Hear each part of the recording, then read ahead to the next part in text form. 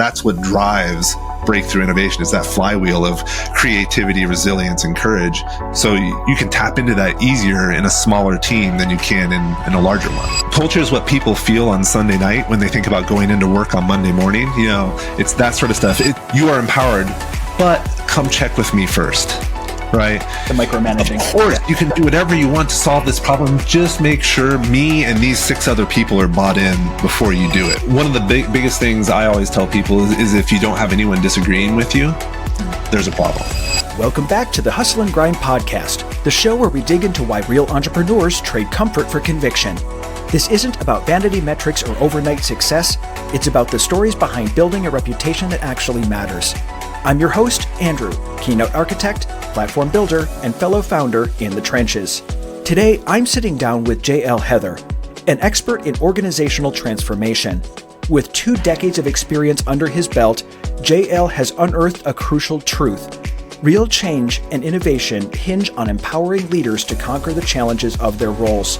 For the past 5 years, JL has been a go-to coach for senior and executive leaders at some of the biggest names out there, including VML, Ford, Pfizer, Wendy's, T-Mobile, and GE. He helps them cultivate a clear vision and ignite innovation within their teams and organizations.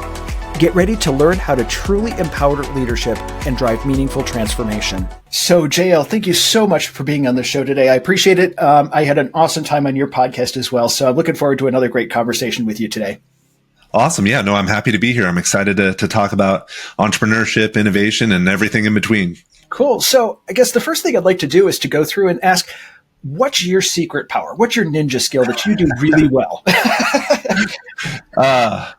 That answer probably has changed since I started the entrepreneurship journey. I honestly think these days my superpower is more centered around resilience than anything else. Because I think as an entrepreneur, as someone who's kind of starting their own company, if you don't have a more than average dose of resilience, you're going to really, really struggle. So I think these days resilience is that superpower, that ability to keep pushing, to keep trying new things, to keep experimenting, even when things fail, even when things succeed. That's probably the superpower that I lean into most. And it'll probably be different in 6 months from now. I don't know. We'll see. I think that's one of the things that, at least, I don't know if you resonate with this as well, but with me, entrepreneurship gave me a huge amount of freedom and a huge, it was a peace is, I guess, the best word I could use for it. It doesn't seem like that's correct, right? But the thing is, no matter what happens, no matter how badly things go, no matter what happens in my life, I'm going to figure out a way out of it.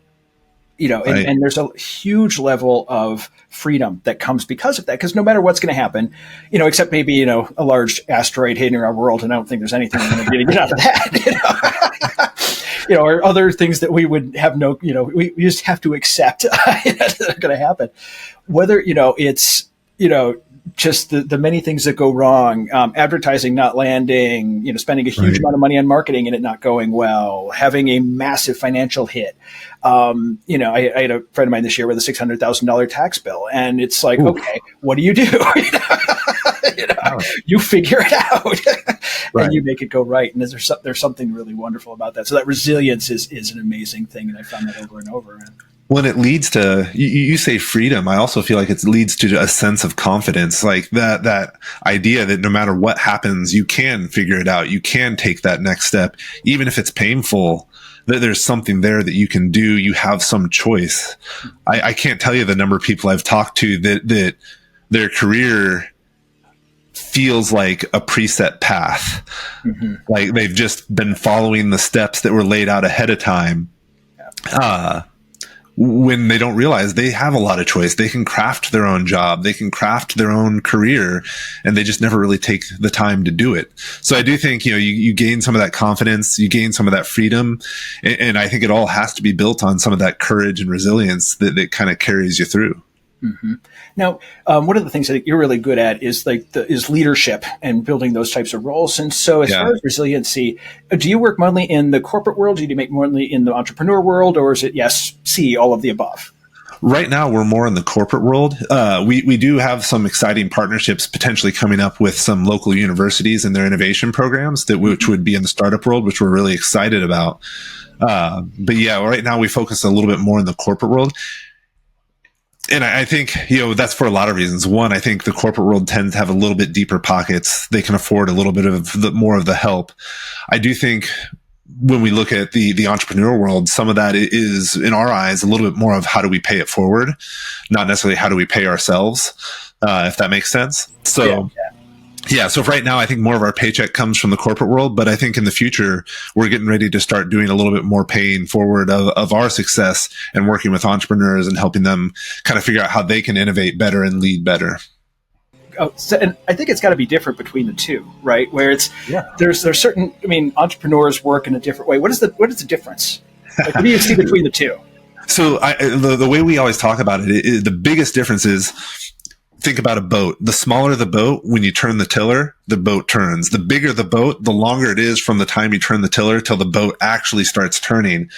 I think when we work with smaller companies, it's a lot of fun because you can really see the results very, very fast.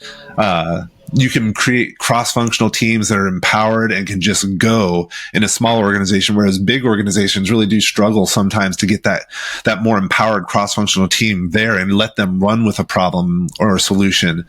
And I think entrepreneurs are more open to change.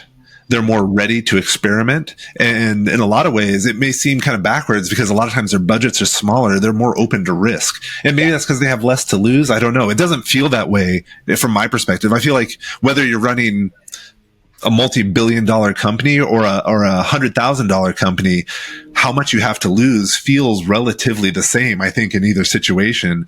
So I don't really think that's it. But for whatever reason, I feel like those smaller companies are just a little bit more scrappy and adaptable and willing to change. So, yeah, there's a lot of fun and rewards in either case.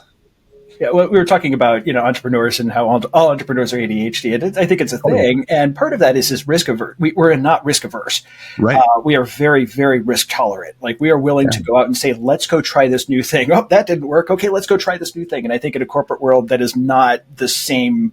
That world is not the same. Well, I think what I see is in the corporate world, you still have a lot of resilience. Mm-hmm. But you don't necessarily have some of the courage or the creativity still there. Like, some of it gets kind of dampened down, and that means that resilience starts to turn into bureaucracy. Mm-hmm. Right? In the entrepreneur world, a lot of times that creativity and that courage is still there because it doesn't have to be like in the big corporate world. That has to be something that's spread across hundreds, if not thousands of people. In an entrepreneur situation, in a small company, you have a few people that, as long as they have the creativity, the resilience, and the courage, that flywheel of innovation, you can really do some crazy things there, and you can get that flywheel spinning really fast. And that's when we talk about innovation, we talk about that's what drives breakthrough innovation, is that flywheel of creativity, resilience, and courage. So you can tap into that easier in a smaller team than you can in a larger one. Yeah, because less people involved, less people that have to have a voice in it, less protocol. Where do you see that line of form usually, like as far as income or number of employees, where it turns from that small startup to now I'm an actual company? Things are a little different. Yeah, I think it has less to do with money and even the number of people and more to do with the structure. When you have really deep hierarchies, that's where things start to break down, where you can keep things flat. That's where you can continue to be kind of scrappy, where you can drive ownership to the lowest levels rather than the highest. You kind of see it. So I think that's really the big thing is, as long as you can be driving the ownership and the empowerment to the team that owns the problem and the solution, you can stay scrappy. You can keep that flywheel of creativity, resilience, and courage spinning really, really fast.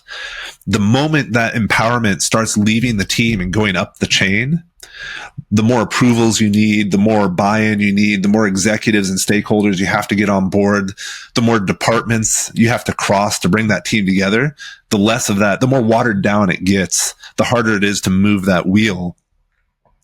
And if I had to draw a line in the sand for people, I would probably say you really start seeing it when you go above God, it really starts to hit hard when you go above like 500 to 1,000 people. That's really where I think companies start to struggle and where you really start to see the creep. I've seen a lot of successful organizations at that 1,500 mark and below that have still kept that team unit empowered and functional. And then some of it depends, like you'll have really big organizations in terms of like manufacturing, but then there's a much smaller, scrappier part of that organization that's maybe in charge of marketing or new product development that is still scrappy and innovative and things like that. So it depends on where you are in the organization. It depends on the size of the organization as a whole. So there's a lot of factors, but in general, that 500 to 1,000 people and empowering the cross-functional team, those are the things we look for. Now, is there something that helps that transition? Like, so are there some things that you see that companies don't do correctly to maybe keep that scrappiness, or they become very bureaucratic and now they've lost that innovation? Or what things do you see in your companies, and how, if you could go back and rewind time and say, okay, if you went this direction, it would have been better, what would you say to them? Well, so I'm sure you're familiar with the Peter principle, right? Getting promoted to your highest level of incompetence. I think a lot of entrepreneurs, as their company grows, they don't know how to step away from the day-to-day. They don't know how to step away from the direct control. They're very good at being a part of the team. They're not very good about stepping away from the teams and letting them do their thing. So I think, one, as your company grows, you have to change your approach.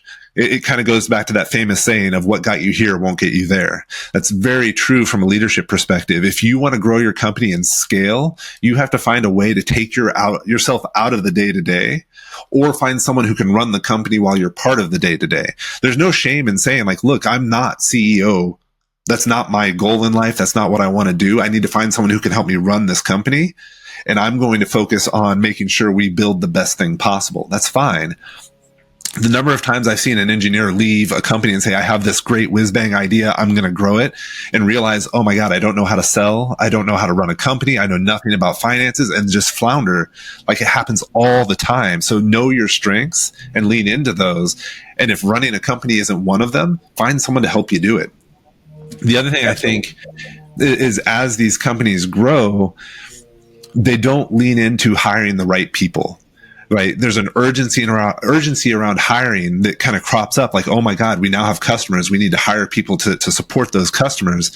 And it starts to become a little bit more about warm bodies rather than the best possible cultural fit, talent fit, all that sort of stuff.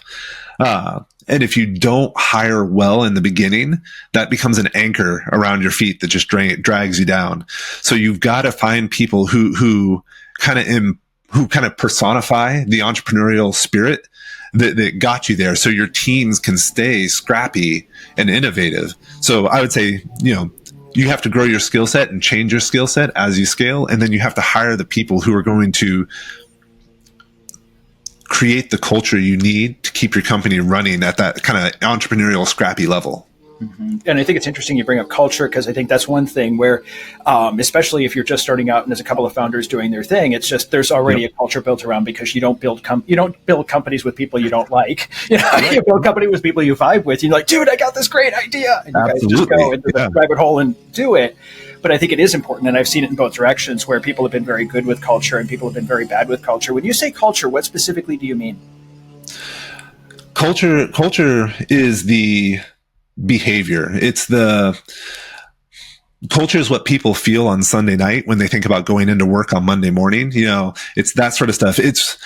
There's a lot of great definitions, but the reality is culture is the operating system that defines acceptable behavior within an organization, right? The way people greet each other in the morning, that's culture. The way people show up for a meeting, that's culture. The way people invite others to go out to lunch with them over their lunch break, that's culture. I think there's a lot of focus on, we can control culture by doing, parties and all this other stuff. The reality is, culture is just the way you behave every day, the way you talk to people, the way you engage, the excitement you have for work. All that other stuff matters, but it's more procedural, it's more operational. And what I feel like you should really define the values that are driving your culture, and then use those to guide the systems and the tools. So we talk a lot about principles, systems, and tools. Understand the principles that are guiding your culture. Like people first is a really common one. Human-centered or customer-centered is another really common one. Like define those values and principles that guide your culture, and then use that to define all the systems and tools that you're going to use. I think a lot of times people go backwards. They define the systems, or they align on a tool, and then they adopt values and principles that go towards those things, and it really kind of messes things up. But no, I think we had a conversation with Jamie Tates a while ago, and she talked a lot about how we have this common idea of culture is HR's responsibility.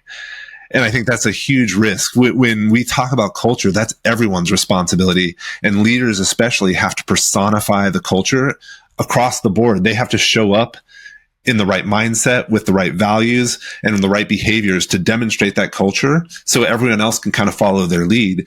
And that may be the most important job a leader has, is personifying the culture. And I think it's one of those things. A good friend of mine calls it the vibe. That's his entire thing. This is a corporate culture. That's what that vibe of that company is. And I think, the first thing you said when it gets to HR, I'm like, well, by that point, you're well beyond vibe. You're at something went wrong. But I mean, a lot of people say like HR owns culture. That is a really common thing to hear. And that blows my mind, because that turns culture from something that everyone lives to something that's documented. And while you do have to have some form of like, what does it mean to be part of this culture? And that has to be there. Like that shouldn't be owned by HR. HR should be there as part of the culture, not the leader of the culture. Mm-hmm. Exactly. And I think it's something that we don't, that companies, it's a big buzzword right now, but I don't think they really understand what it was. So thank you for going into that specifically as far as, a little bit more detail on what exactly culture is, what it looks like, what it doesn't look like, when it's a problem, when it isn't, stuff like that. So now, as far as empowering leaders and kind of doing that, what sort of things have you seen work well? Like as far as like making them feel empowered, especially within a corporate world? The leaders specifically, I think the big thing is probably the biggest thing I see go and degrade empowerment among leaders and teams is the idea of the approval processes, right? Like you are empowered, but come check with me first, right? The micromanaging. Of course, you can do whatever you want to solve this problem. Just make sure me and these 6 other people are bought in before you do it. That's it seems it's kind of that whole idea of the road to hell is paved with good intentions. Approval processes are put in place with the best of intentions and to protect the organization and the people. But the reality is every time you have to step away from a decision to go, oh, wait a minute, I got to go get buy-in from these other people. You're basically telling that team, that leader, we don't trust you to do it. We don't trust you to solve it. And even worse than that, you're taking something where a delay of a day, a week, a month degrades the value of that decision, right? It's kind of like putting groceries on the shelf, right? The moment you put them on the shelf, they're losing value. And someday they're going to lose all value because they're not important anymore. They've rotted to some extent. And the same is true in thought work. The moment you make a decision, that decision is relevant and valuable in the context of the moment. And if you don't move on it, test it, and learn from it in that moment, it starts to rot. So that's probably the most disempowering thing you can do to a leader and a team, is tell them you have all the power in the world once you have our approval. And that takes so many different forms in so many different organizations. You've probably seen all of them in terms of like the weekly status meeting, the SLT meetings where everyone comes and presents their ideas and says what can be done and what can't. All sorts of things happen. I think the best thing an organization can do is say, look, this leader with your teams, you own this area. Your job is to make sure customers, the humans we serve, their needs are being met. And here is your budget. Go solve this as much as humanly possible. If you need budget outside of what we've allocated, like come talk to us, help us understand what you need, and we'll see what we can do. But otherwise, what we really need to hear from you is, how can we help? What are the blockers we can remove? What are the ways we can facilitate the solutions you're delivering, getting to our customers faster? And that goes back to the conversation around hiring. If you don't hire people you trust, you can never do that. If I don't trust you, Andrew, to go in there and actually solve a customer problem, to meet that human need that they have, I will never be comfortable stepping back and letting you run with your own budget, with your own team, and delivering a solution. So you have to hire, you have to build that trust, and you have to maintain it over time. And that's something that gets really hard the bigger your organization gets. So that's not that there's never a place for approvals and all that sort of stuff. Like there is. And in some of those bigger organizations, you almost have to have them because they're so big. But the longer you can put that off, the better you're going to be, the faster you're going to move, the more adaptable and agile you're going to be. Yeah. And if we look at companies like Google that allow their workforce to have 20% of their time per week is spent on side projects, going out to their own thing, that's where the innovation comes in. That's where you at Gmail. We get a bunch of other really cool stuff from it. But allowing that sort of a level of autonomy that most companies aren't. And I think part of what happens, and correct me if I'm wrong, but I think, and you brushed on this a little bit right up front, was you get, when an engineer goes off, does their own thing, and then realizes, wow, I've got to manage people. And they do it as an engineering problem, and it's not an engineering problem. I think one of the things we find is that when people start to get elevated in a company and start to grow up the corporate ladder, they're very smart. They know what they're doing, but their management skills don't reflect that. They know how to do their job. They don't know how to manage others. And especially with, I come from a line of engineers, so this is just the world that I know. But they approach it as an engineering problem, but it is not. It's a human problem. There's a vibe involved there. And especially when you start to get to workforces, like some of the workforces I've dealt with tech, where everyone's neurodivergent, it is even more necessary. So that's something you've seen as well? Yeah, I think absolutely. I mean, I think the biggest thing that entrepreneurs realize when they get into that situation is not just that now they've encountered a human problem that they weren't equipped, but I think a lot of them look back and go, oh, wait a minute, it's always been a human problem.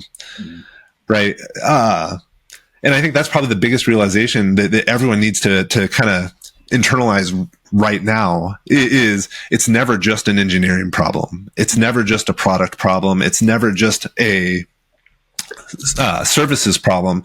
It's always been a human problem. And if you want to be promoted, if you want to run your own company, if you want to lead in any capacity, your best bet is to go out there and start getting better at how do you solve the human problems? How do you lead humans? Because that's the thing that trips everyone up. So I do think entrepreneurs need to have that focus.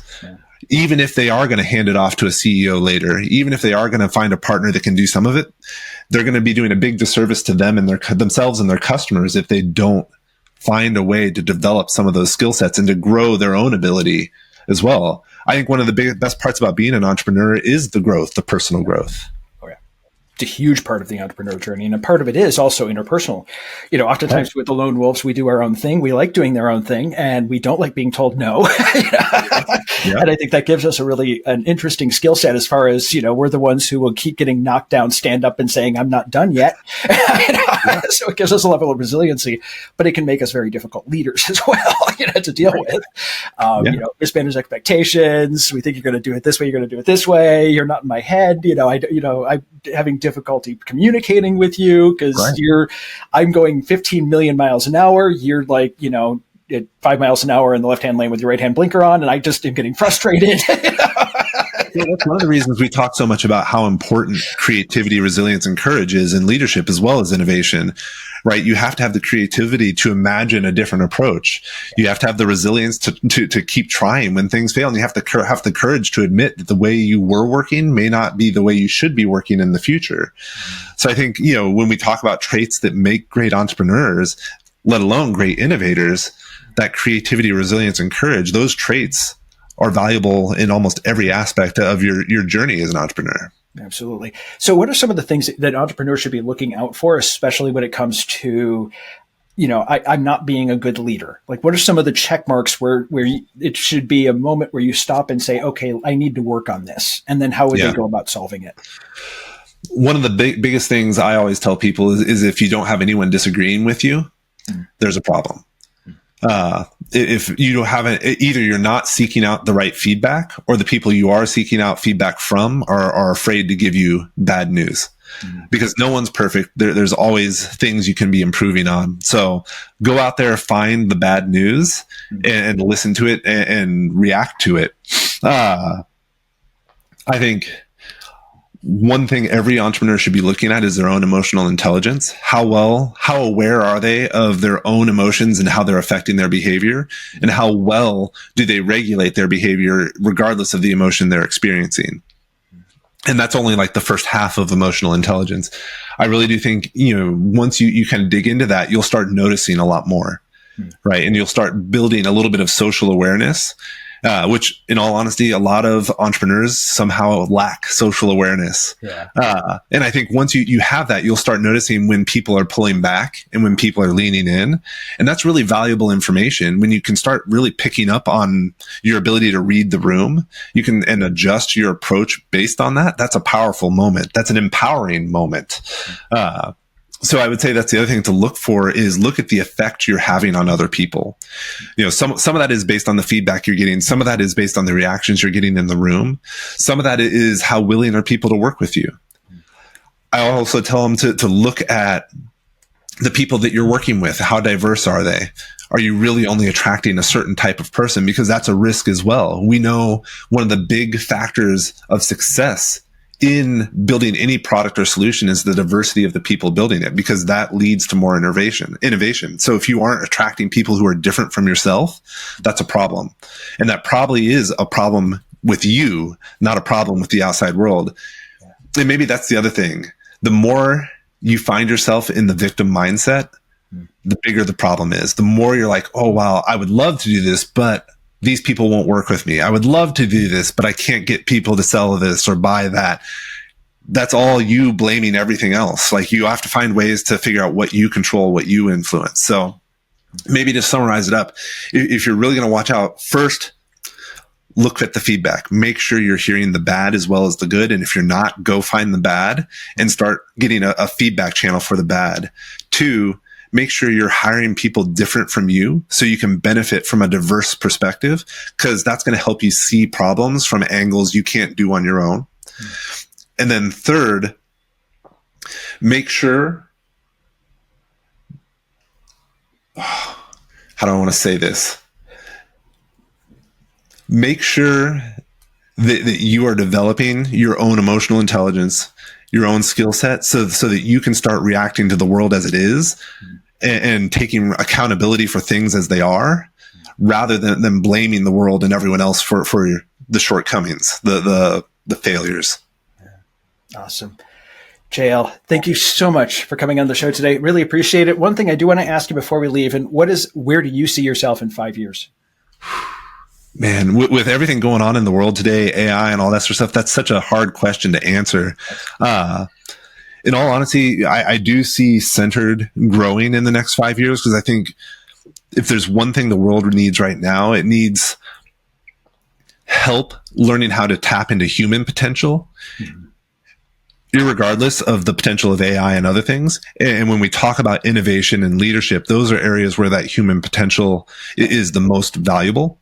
And that's where we lean in, that innovation and leadership perspective. So what we're hoping to do in the next 5 years is create a place for leaders and organizations to go to help build that innovative leadership potential within the organization and make it part of their DNA. So I think in 5 years, we'll still be doing that. It'll evolve a lot. We'll have integrated some AI into our practices, and hopefully we'll have expanded our book of consultants that we work with to help, increase our impact. Awesome.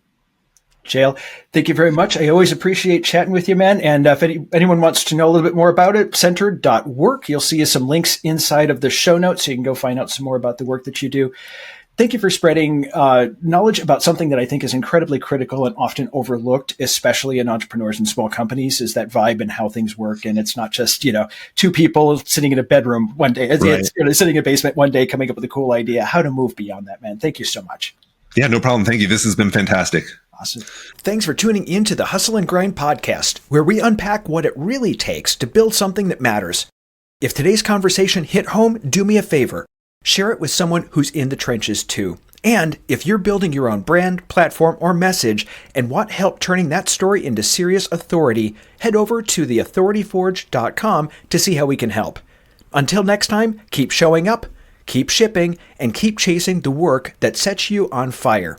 I'm Andrew, and this was the Hustle and Grind podcast.